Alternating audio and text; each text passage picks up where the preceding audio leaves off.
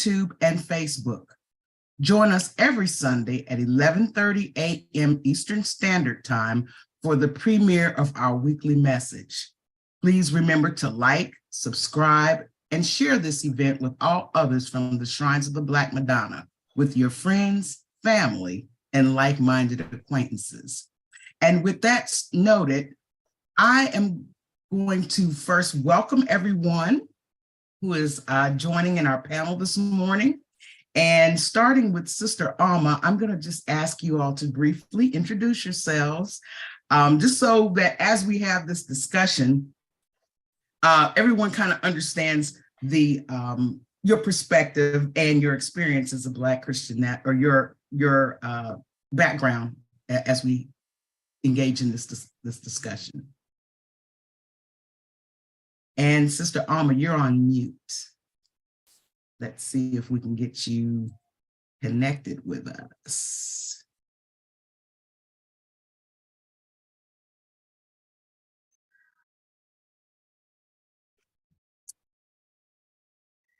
Well, you know what? Why don't I just introduce myself? Yes, sister, please. while we work on our sound. My name is Cynthia Stevens, Reverend Taliba Stevens. I've been a member of the Shrine of the Black Madonna for over 45 years. I have been a judge for over 40 years. I raised my little one in this church, and I am delighted to sometimes refer to our Holy Patriarch as my big little brother. All right. Brother K. Fing. Hey, good afternoon, everyone. I've been a member of the Shrine of the Black Madonna since 1975. Raised my family in the church. I've been married for 39 years. And I really enjoyed this message because it just enlightens so much information about the reality that we face as a people today. Amen. And I also should introduce myself as your moderator. My name is Akila Taliba Shashu. I have been a member of the Pan-African Orthodox Christian Church for over 1985, 38 years. And have also raised my daughter in the church, and I'm happy to say that even my grandchildren are now being blessed with the influence of the Pan-African Orthodox Christian Church. I have served for years and lived in the communal settings of 3 of our locations: Detroit, Atlanta, and Houston. Currently, I am here in Kansas City, my hometown, to look after and care for my mother. So we carry that ancestral generational thing. I'm blessed for that. I am also deeply blessed to be a member of the Pan-African Orthodox Christian Church. And with that noted, I want to, the sermon this this morning was just, was powerful, packed with so much that normally when I moderate these conversations, I try to, there's things that come specifically, the questions or topics that we want to emphasize, but there was so much here that I thought I would have this to be more of an open dialogue, because I'm sure as Jeramogi Mentally Kimathi unleashed so much that certain things resonated with you in certain ways. So I'd like to open it up with that, and we'll go back. Reverend Taliba, I'd like to ask you if you'd be willing to share with us what resonated with you in particular with this. Well, the 4th of July, every time it comes around, for me, of course, it's my daughter's birthday, so that's what I celebrate first and foremost. But I grew up listening to Frederick Douglass, "What is the 4th of July to the Negro?" And I was reminded today how fortunate I was that is how I grew up. I didn't grow up with a mythology of the founding fathers being these wonderful human beings who were without parallel in goodness, righteousness, and truth. I didn't grow up in a household where I was told that there was something wrong with me if I had disagreements with America. And this was a reminder that we have a trust to ground our children and our grandchildren in the reality of America. It has possibilities, but it hasn't lived up to them. And that when we buy into that mythology, it tends to give us a pathology and makes us sad and depressed, leaves us deprived of joy because we're trying to figure out, well, America's so great, you just lift yourself up by your bootstraps. What's wrong with me? Well, first of all, you ain't got no boots. You know? And so, but the good thing about this wasn't wow, poor Black people, we're so sad. No. This was about the Black joy of being able to resist and of having resistance and resilience and joy with us, whether it was crossing into the what became the nation Israel, or whether it is resisting on the Trail of Tears, or if it's just the mere resistance of taking care of ourselves, right? And being in good health so that we can go forward.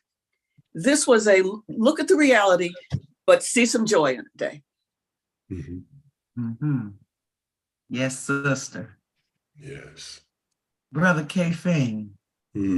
Wow. Yeah, I agree. It was just so much packed into that message. But I just want to kind of chime in on one of the things about how we live in opposite worlds with colonizers.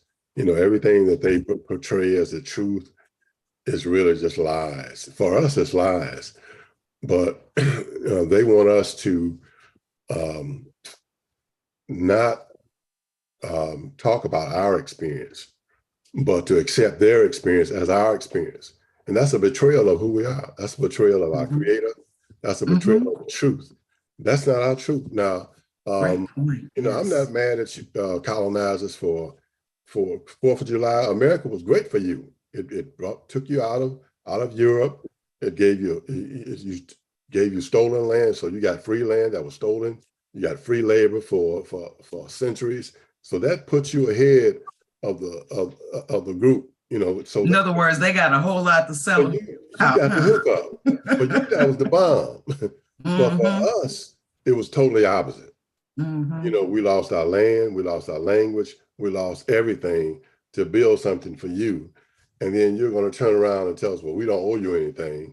And you're just going to have to make it, like Reverend Talib was saying, pull yourself up. Without bootstraps, exactly. And I like the way Jaramogi concluded that at the end, where he talked about we aren't helpless, but where we've come from, we came from the bottom of the slave ship to having a brother become a president of this country. And that's just one instance, but you got all kind of people all over the place that are being successful, even in the face of what we've gone through for the last 400 or 500 years. And I think that's a testament that we are God's chosen people. We are the children of Eden.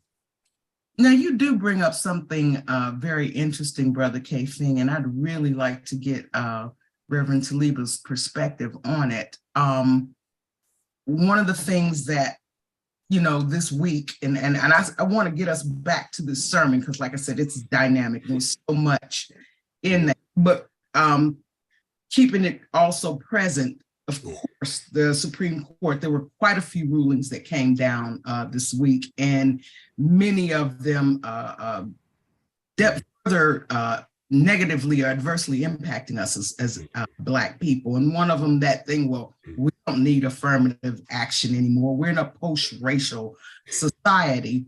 And one of the arguments that's made is like, well, you know, look, Black people are president of the United States now. Black people are doing all these things. We're in a post-racial society. But what you're describing, and I think as Reverend Taliba meant so well noted, we didn't even have the bootstraps to know, by the way, the system was even designed to not only not have us have boots, but make sure that we were trying to continue to prep to push us down. And yet still we rise in that. All of a sudden they want to claim, well, we fixed it. When in fact, that's not the case. But Reverend Taliba, I would love to hear your thoughts on that relative to what has been brought out this afternoon. Well, this was a week when the Supreme Court kicked gay people, Black people, and poor people directly in the gut. The whole concept of affirmative action, almost anything, any picture you look at, what you see is going to depend upon your experience and the lens through which you look at it. So it was convenient to look at the increasingly larger numbers, but still small numbers of middle class and upper middle class Black people and say, wow, that means that everything is copacetic, everything is wonderful. But when you realize that from one generation to the next, we go from middle class to poverty with a blink.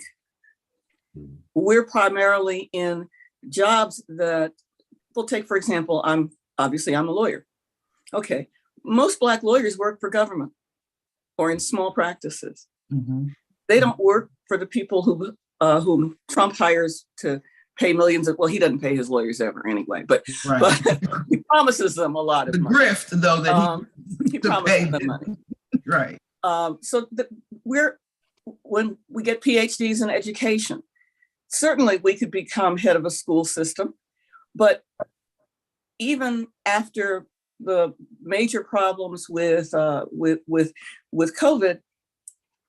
the schools got some money, but almost every school system right now is suffering major cuts. And so the person with the PhD is going to be teaching class along with the person with the BA. It's just a different reality for what that means. And what's bizarre about this to me, about the whole thing about affirmative action, the 13th, 14th, and 15th amendments were passed to help the formerly enslaved. And now they're being turned around and used as a knife to cut off progress. Yes, I noticed that too, yes. That's bizarre. I know in the Bible it says, what others made plan for you for evil, God will turn into good. Well, guess who turns good into evil? Just think about that one for a minute. And yes, the way that the Supreme Court has gone crazy is such that working class and thinking white people should be shaking in their boots. Because if you can say that people can deny services to people based upon whatever they decide that day, then you're also saying, those unions that helped you be able to buy that vote and that house, watch out. We're going to say that an employer potentially can say that I won't allow a union because it is against my moral or religious code. I'm going to, they put religion above their perception of religion, above all other values. So they were, for example, saying, not only did you not have to bake a cake, but employer, I know that you're a mailman, and I do know the mail ought to go out on Saturday and Sunday, but because this person says that's what their Sabbath is, even in an emergency, you can't make them work. When the next plague comes, and another plague will come, it may not be COVID, it may have some other name. This is a court that's prepared to say that the health and safety of the nation is behind one individual saying, I decline to be vaccinated. I decline to mask. It's my view. So yeah, this was quite a week from the courts. Wow. But again, Jaramogi, when he was talking, he talked about some of the things that shape that reality. It is a reality that allows those who have that 1% to acquire more and more and more. Yes, and in fact, it is designed that way. Amen.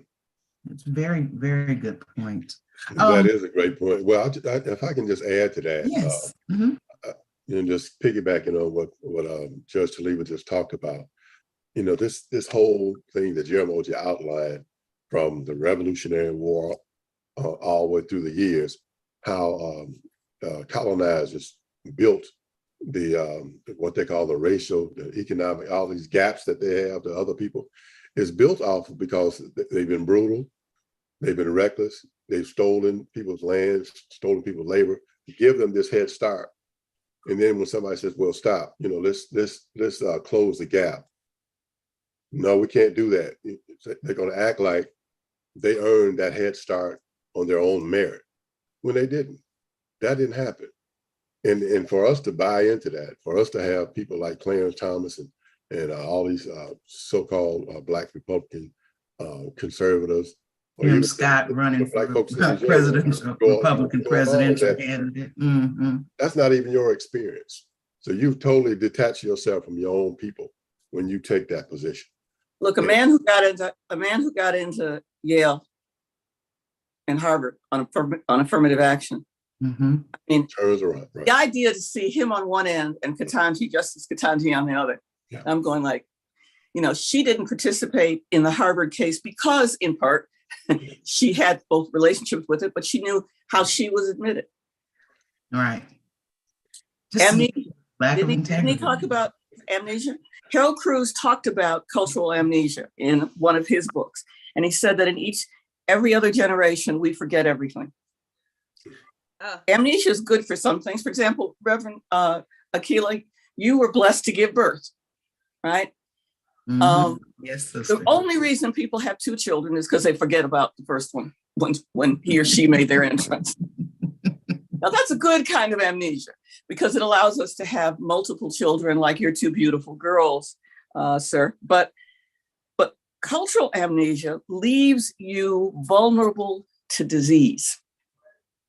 Which, Reverend Taliba, I'd like, in fact, you guys are going right where I'd like to take this conversation, because I think Jamoji really brought up something very important and very important for us to understand today about how there is this attack on critical race theory and how they have appropriated the concept of woke and completely turned it upside down. This is a great example of how what Jermoji is saying, they take the lies and they take truth and just flip it on its head and push it out there as a truth. So I would really like to get you guys' insights and feedback on the whole, why there is this almost manic attack on wokeism, as is led by another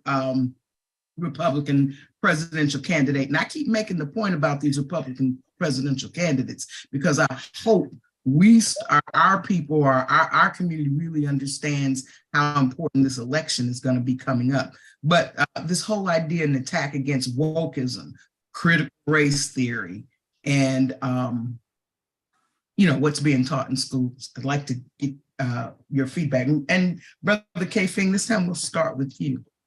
Oh, no problem. As I was alluding to earlier, and what Jeramoji pointed out is that really they have this head start, and wokeism, anytime we wake up, anytime we come together, put something together. I mean, historically they've done this. What I mean by Black Wall Street, and not Black Wall Street was just one incident. It was Black towns, across the country.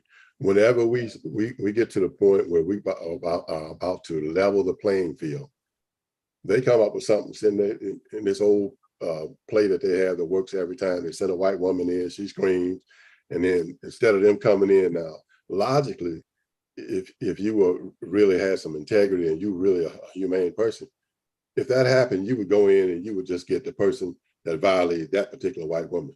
But you use that excuse as to burn down the whole town, which to me, it just shines the light on it. It wasn't about that one person. It was about the whole Black folks, period, having anything.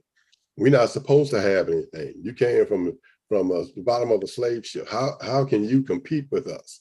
And they realize, but we don't realize, if we're able to compete on this level, when everything is tilted to support them and tilted in their favor, if we level the playing field, it's a wrap. They know that, but we don't know that.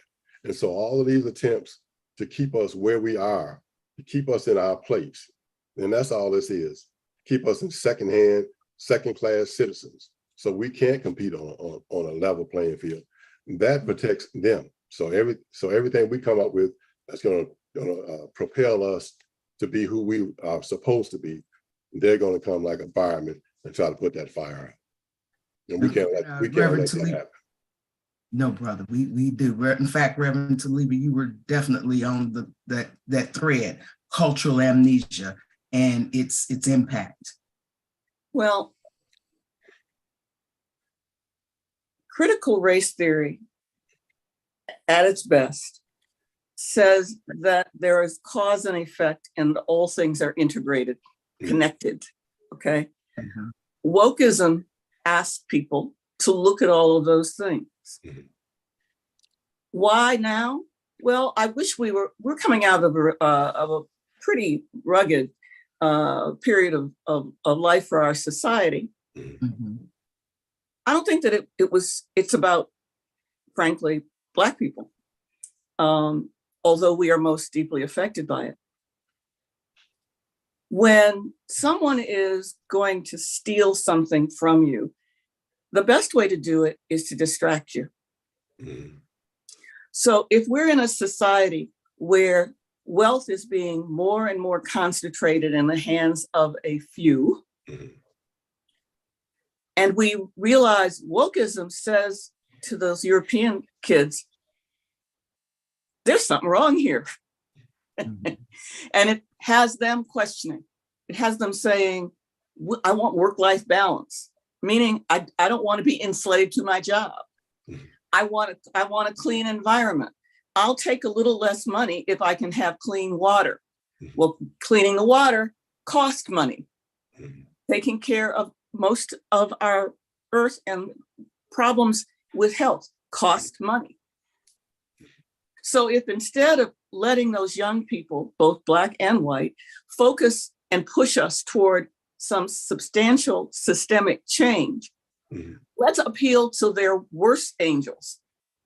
Let's say woke means it's a zero-sum game. Black people can't get anything unless they take it from you.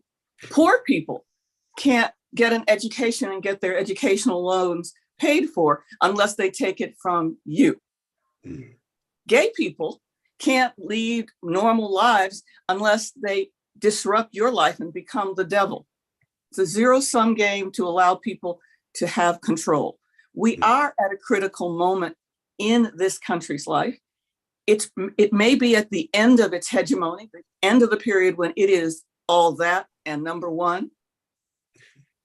And at the end of those periods, nations become desperate. That's when Rome went completely crazy. Yep. So you make a very good point. I'm sorry. Sorry, I didn't mean to cut you off. Okay. Please finish your thought. One of the points you made, which I think kind of goes back to even the point that Brother K. Fing was making, is when you tell these lies and you make people feel like it's a zero-sum game, it further keeps that divide and conquer going on and attack and has people pitted against one another, when in fact, that's particularly effective for the puppet masters in play. Brother K. Fing was just bringing out how we come, and you also brought out how we come from the bottom of slave ships with nothing and the entire system working against us, and yet we still managed to rise. And oh, by the way, they stole land, took everything, and they still control the resources. So it's not even a matter of a zero-sum game, but that just goes into Jimoji's point about the power of these lies. Yes. And I just think wow, like I said, that sermon just had so much, it was so rich in content and had so much to, and there's still a lot to unpack there, but I really just wanted to kind of pull that point together because you both are bringing out some very, very strong examples and insights for us in terms of what we're dealing with today relative to what the history is showing us. Mm-hmm. Yes, Brother K. Finn. Yeah, just in continuing that point, for brothers and sisters who may be watching this later, please go back and watch this sermon. Yes. This is one that you really need, that we as a people really need to focus in on. Because that point about Jimoji really laid out a whole history of how the 1% has been okie-doking its way through history. You know, when it came up first, he talked about how in Europe, the Europeans, all of them hated each other. They were at each other's throats. Mm-hmm. And then the 1%, once they started taking over other lands, they figured out, well, he talked about how in the beginning when indentured servants and white folks and all the people who are oppressed were together and rebelled together, and the 1% of those in charge said, oh no, we can't have this. So they came up with this concept of whiteness to bring all of these white people together and make them feel that, okay, we're on the team, we're on the 1% team. And now your enemies are anybody who doesn't look like you. And now today, Reverend Talib was talking about these are other distractions, you know, these social issues, going to bathrooms and all the stuff that they coming up with to keep people divided. All those are distractions to keep people from looking at why do these 1% of people own almost 90% of everything in the world, and you got people all over the world who are starving and dying of thirst and what have you. But you got two or three people that are richer than the whole countries. That doesn't make sense. And as long as they can keep people distracted from looking at them, so that's the problem. They're going to continue to come up with these distractions, and we're going to continue to fall for this okie doke over and over again. Sure. It's funny that this would happen during the week when Chicago, New York, Detroit was filled with dirty air from wildfires in Canada. And if you can recall, Australia suffered this fate a couple of years ago, but people weren't thinking about it in the United States because that was Australia. Canada's right next door, and people weren't really thinking about Canada. But once you had to go down the streets of New York and the sky was red and you were coughing in the city of Chicago, people began to think about it. So, you know, in a way, God don't like ugly. And I truly, truly believe that she wanted to send us some reminders this week, physical, tangible reminders of the fact that A, she's in charge. B, she gives us free will to fix some things if we will, like the climate. And C, those people over there that are telling you, look away, nothing's happening here, they're lying to you. So I'm going to make you cough and cry and feel awful just so that in a visceral way, you're reminded about some of the lies.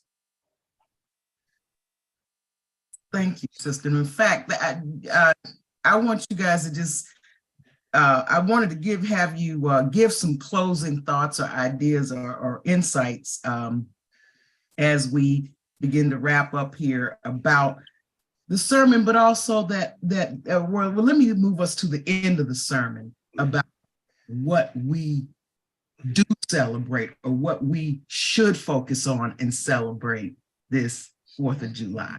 Because we'll gather with family and friends, you know, we'll do that. So as we close out, and we'll circle back around to Brother K. Fing, your final thoughts and insights.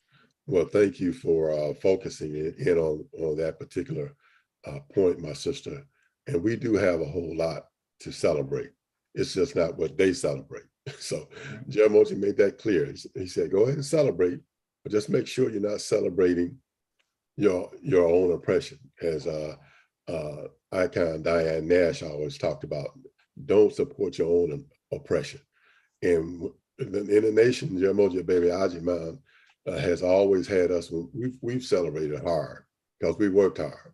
And when we would come together and have what we call chasers, that's when we have the whole church would come together and have brief pause in the struggle. It was a brief pause, and we had a good time together because we had something to celebrate, because we had worked for the liberation of our people, not with lip service, not just coming out on Sundays, but we actually worked, and we are still working on a daily basis to lift our people up. So we have something to celebrate, and just to understand our history, where we've come from, and how we've overcome all of these obstacles that they put in front of us, and we still come out on top. That's just a testament to the fact that we are connected to God, that we are God's chosen people. We come from the Garden of Eden. We created civilizations thousands of years before Europeans came on the scene. So we know how to take something from nothing and make it out of something. And that's what we celebrate. And as we go forward, let's continue to celebrate who we are, what we can do, and we're going to be victorious. It might not look good right now, but that doesn't matter. We're going to be victorious because with the power of God on our side and the Black Messiah, Jesus as our guide, we will be successful. Our nation Black shall rise again. All right. Amen. Reverend Taliba. I hope we're celebrating our first small group. That would be our families. Celebrate the children and their smiles and their energy. Celebrate the elders and give them a chance to tell a story about something funny that happened in their pasts, some victories in their past. Share those with the children. Share with them our own personal struggles and the things that make us joyous. Celebrate the fact that when we work as a family, as a group, a wider family, kinship circles within our communities, that things happen and that they happen to give us joy. They happen to give us a greater sense of safety. When we, for example, patrol our own neighborhood, celebrate your darn neighborhood watch, because they're going to do a better job of protecting your community, more likely than not, than many police who are going to overreact. They're going to see your 13-year-old boy and think of him as a man when he's playing with a toy gun. Celebrate every act of independence and joy that you've experienced in the last 24 hours. Joy is resistance. Amen. And on that, we are going to bring our AfterWords session to a close. But if I might, I'd also like to share in terms of celebrating, as I considered the chronology and the whole the points that General Menelik went through in the sermon today. In spite of all of that, right, we did resist. We could, and we were virulent, and I mean, just fierce in our resistance, and we continue to. But the biggest piece I get out of this is God is still at work. God is not through with us yet, and as Sister Maya Angelou said, and still we rise. And so as we look at that chronology, we can really celebrate just how real and how real God is working in us and through us. We have to do our part, though. We have to reject the lies. We have to tell the truth, and we have to make sure that we in particular teach our children these truths so that we do not have cultural amnesia and cultural suicide, and we do not forget who we are and the power that comes to us through our African tradition. and our African belief and our concept of God and connection to those who have gone before and our commitment to those who will come after. So we do have much to celebrate. And again, I'd like to thank Jaramogi Mentally Kimathi for that, like I said, just rich and powerful sermon this morning. And as we close, I'd just like to say that we appreciate Brother K. Fing and Reverend Taliba, and we had Sister Alma and Reverend Karima joining us, and of course, Reverend Yonu. Thank you for the commitment, sister, to just always keeping this portion of our spiritual Sunday experience going and improving. So I'd like to appreciate everyone spending time with us today.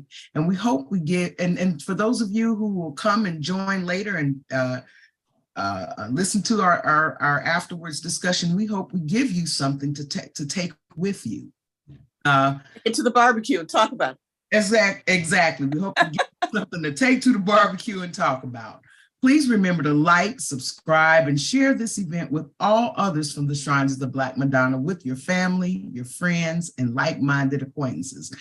At the barbecue, tell them to go to YouTube, click on, listen again to Jaramogi Mentally Kimathi's powerful sermon this 4th of July. And